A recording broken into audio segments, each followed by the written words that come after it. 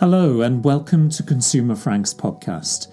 Today's podcast is a masterclass on what to do if you receive faulty goods and how to deal with any dispute under the Consumer Rights Act.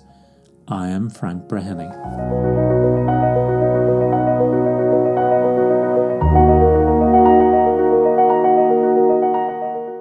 Christmas is an important time of the year when we shop around for those long-desired gifts and hope that the recipients of gifts will receive them in good order. But Christmas is not the only time when we may buy gifts or goods that we use in our daily lives. We will all be aware to an extent of our rights, usually bound up in guarantees, warranties, or through some notion of our consumer rights. I also think that there is a school of belief or thought out there, possibly encouraged by some consumer commentary, that believes that he who shouts loudest will win the day if we have a dispute with a retailer. I think it is not helped by some retailers either through their pre-sale actions or indeed their post-sale reactions.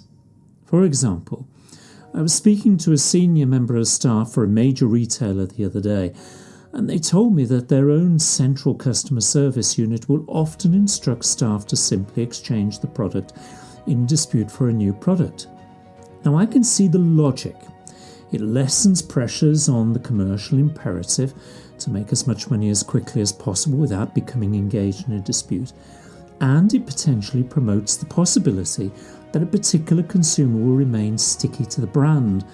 But I think that only works or is a viable strategy for small consumable items. How many times have we heard of the difficulties consumers face with larger consumable items such as washing machines, fridges, dryers, or indeed cars? In many cases, disputes can continue for many months without resolution. In one case, I was approached by a consumer called Liz, not her real name. She had bought a used car, a brand that she was familiar with, and agreed a price along with the part exchange of her old vehicle.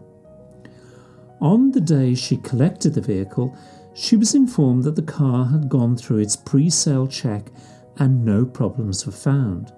But she discovered that the car was wet on the inside. It had become backlogged in the number of vehicles to be delivered that day within the valet queue. The garage, a well-known large national dealership, arranged for the car to be covered in the interior with plastic sheeting, assuring Liz that the car would dry out within 24 hours on her drive. On her drive home, a warning light flashed on her console to indicate that there was a problem with one of her tyres, and she called into the petrol station and discovered that the tyres were in fact in good order and at the right pressure. The next day, she received another warning sign that there was a problem with the tyres, but she also discovered that there was a problem with the start-stop fuel-saving facility on the vehicle. It didn't work. Liz was familiar with the start-stop facility found in cars and ensured that the operating conditions for the vehicle were set so as to give the stop-start facility the opportunity to kick in. It did not. The car was sold with a 3-month warranty for its mechanics and labour should anything go wrong. On the day she discovered a problem with the stop-start, she contacted the garage and informed them of the two faults. They very quickly agreed that they would have the vehicle back in again and repair it under the warranty. There was one problem though. Liz was about to go away on holiday for just over 2 months and would not be able to get the vehicle back to the garage. Despite this, the garage agreed that they would still accept the vehicle under its warranty when she came back. For her part, Liz advised the garage that the vehicle would not be used while she was away and it would sit on her drive. So Liz went away on her holiday, and when she returned 2.5 months later, she discovered that the car would not start. She thought that this was unusual because of her previous trips away, always in the summer months. She never had a problem with any other vehicle. They always started first time. So Liz charged the battery up and the car started and all appeared to be well.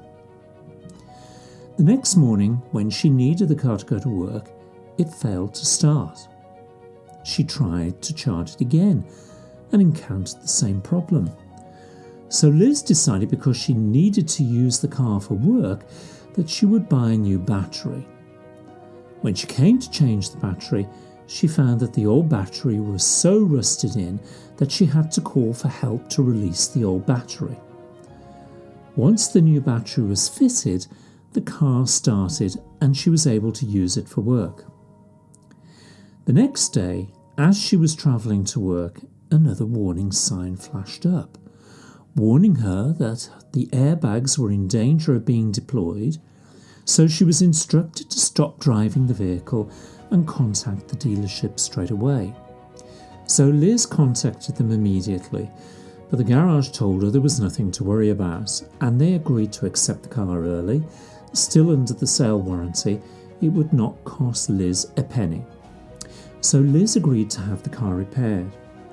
The dealership also offered to provide Liz with a hire car without charge, with insurance, so that she wouldn't be inconvenienced, and Liz accepted their offer.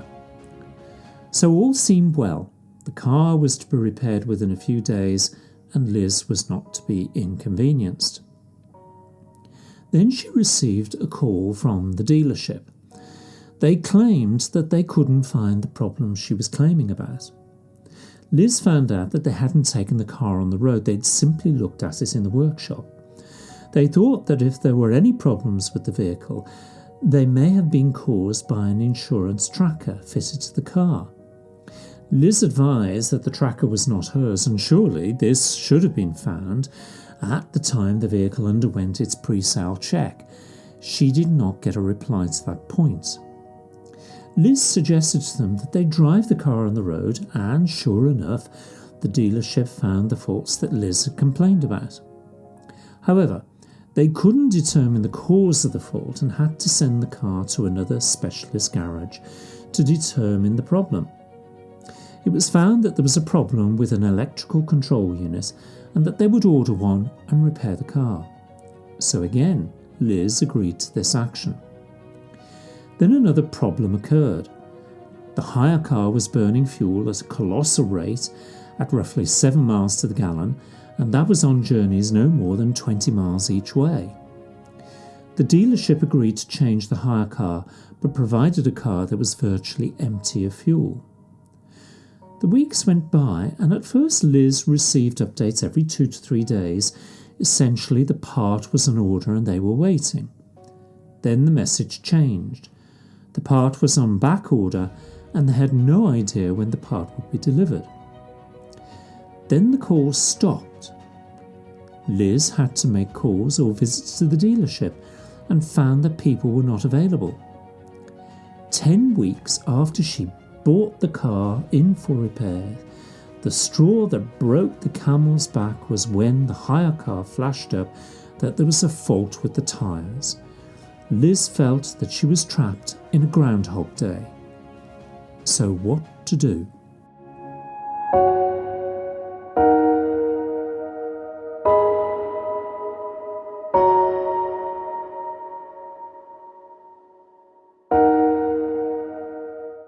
Liz had complained. She had been constructive, polite, and willing to be guided by the dealership, but she had begun to question her confidence in this car, the quality of the hire cars, the skill set of the dealership, and the most important question, by agreeing with the dealership, had she given them a blank, open-ended check to deal with her car in any way they saw fit, or could she challenge them? So with Liz, I examined the issues and looked at her rights. I determined that through this whole sorry saga, there was nothing that Liz should reproach herself for. Some may argue that she let things run on for too long. I disagree. She reacted to the problem and the representations both proportionately and correctly. So we looked at the issues of breach contract, whether the contract was delivered either negligently or recklessly, whether the vehicle had been misrepresented, whether those representations had caused her to make an economic decision she wouldn't have made otherwise, and whether an offence had been committed under the unfair trading regulations. Now, despite the relevance of those options, there existed a clearer route toward resolution for Liz under the Consumer Rights Act. This is an important piece of consumer legislation which started life as the EU's Consumer Rights Directive. All member states were required to implement the directive into their legal systems, hence the Act within the UK. On a side note, quite what will happen to its provisions after Brexit remains to be seen. So, back to the story. I helped Liz write a formal letter of complaint because one had not been sent in this dispute. In any consumer complaint, it is vitally important that you put into writing the nature of your dispute. My advice is always to formally put the complaint in writing and send it by post to the company concerned. You can also send a copy of the letter at the same time by email. For me, there is something tangible with a hard copy letter received in the post, particularly if it's signed for, whereas a digital version has the potential to get lost or forgotten. Within Liz's letter, she discussed all the problems with the vehicle and how they had dealt with it. But in the letter, she also set out her rights under the Consumer Rights Act. Here are the key points she raised.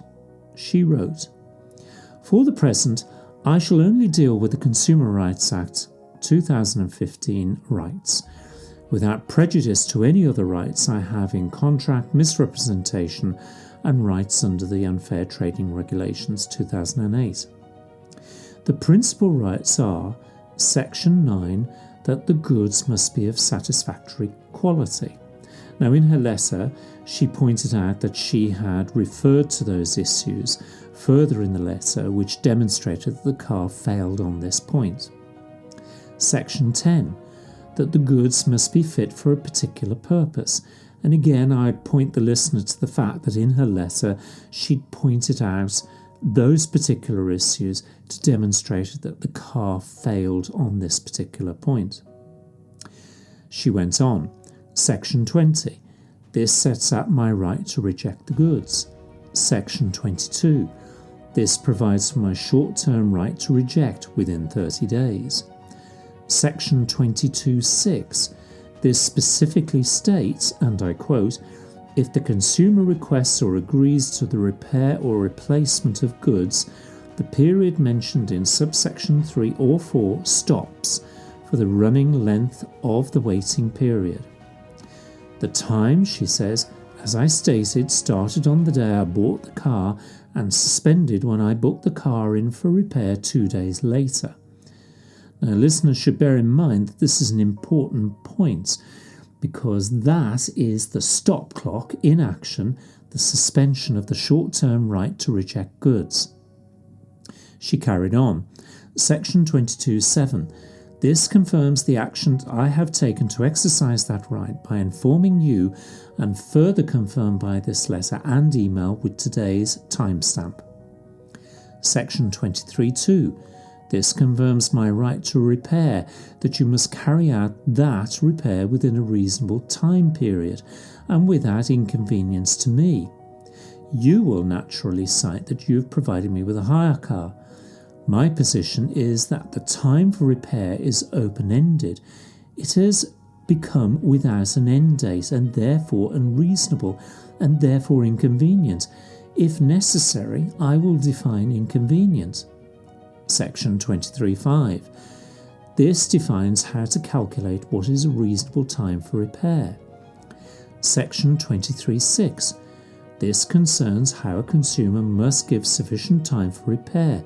It states, a consumer who requires or agrees to the repair of goods cannot require the trader to replace them or exercise the short-term right to reject without giving the trader a reasonable time to repair them, unless giving the trader that time would cause significant inconvenience to the consumer. It is clear from my actions, says Liz, that I have given you reasonable time.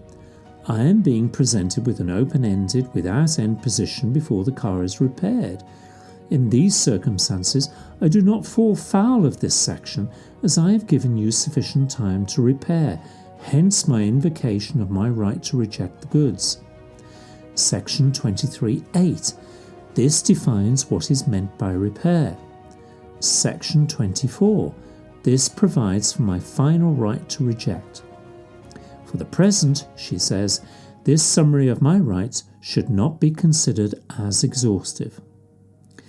So Liz sent her letter without demanding any time frame for action and awaited their response.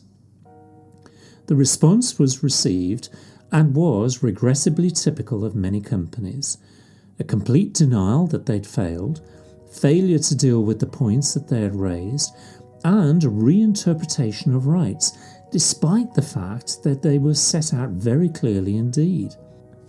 So Liz sent another letter, and, dear listener, you will be relieved to hear that I am not going to go through that second letter because it is extremely legalistic.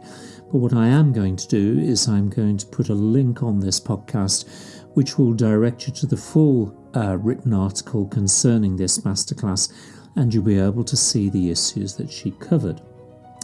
But briefly, Liz dealt with each of the points they raised and provided a rebuttal.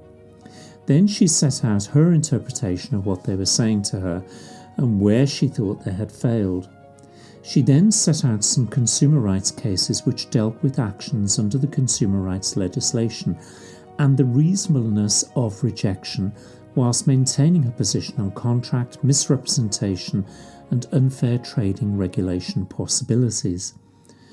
Liz also researched complaints made against the dealership through reviews and found that other consumers had suffered with similar problems or problems with other disputes.